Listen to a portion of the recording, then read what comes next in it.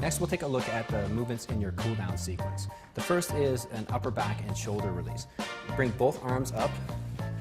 One elbow cups underneath the other, so this one stays stationary, the other one reaches up underneath. Cup that elbow in the crook of your opposite elbow, and if you can, reach around and join your hands together. If you can just get one finger over, that's fine. I mean, you don't have to be palm to palm here.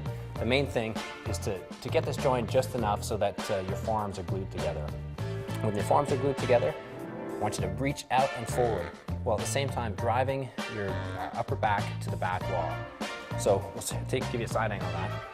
Arms are driving out, the elbows are straight out, arms are nice and high, and that upper back is driving right back to the back wall. Contract your abs really hard to get that.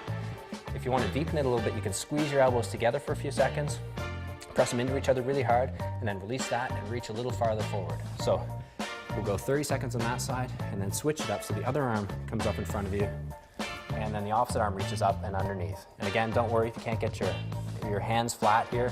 If you just got a hook on the heel of your palm, that's fine. Reaching the mid-back to the back wall, elbows go out. That's the first movement. The second movement is the table. So we'll do this right here in place. Drop down into a flat foot squat. Reach both hands back. Your fingers can be pointing towards your feet. Squeeze your glutes nice and hard and drive those hips up. Goal is to get your hips in one plane, in a nice even plane with your shoulders. Neck is relaxed, chin is relaxed, but you're focusing on opening the shoulder and arms here. If you're having trouble getting into that position, you can use a prop, you can use a set of stairs, you can use a box or a coffee table. Get your feet in here, grab your prop, walk your feet out a little bit to a comfortable distance, and then push up. So you take a bit of the depth out of the movement, and you can gradually work your way down by using smaller and smaller props. From there, move on to a piriformis stretch. Down on your back, and one knee comes up like you're sitting reading a newspaper on the subway, but you'll reach under and grab the grounded leg behind the knee, and as you lay down, neck is nice and relaxed, lower back is flat.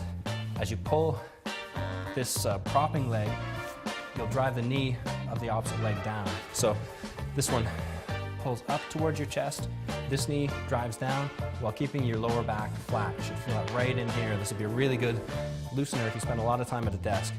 And then, of course, switch for the next rep. Reach down and grab this grounded leg, flatten your lower back, pull it up, and then drive that knee down towards the back of the room. And then finally, we'll stay down actually for the shoulder bridge. Hands, if you can, the ultimate expression of the shoulder bridge is to clasp your ankles. So ankles are clasped. If you can't clasp your ankles, take your shoulders, round them down, and drive your shoulder blades together and push your shoulders down towards your heels. You can support your hips and lower back. As you do this, squeeze your glutes, drive your hips up. The harder you squeeze your glutes, the more these hip flexors will open. Scrunch it down a little bit more, go a little bit deeper, exhale a little bit harder. And again, if you've got the range of motion to grab your ankles, you can grab them and pull in a little bit to deepen the stretch. And that's your cool down sequence.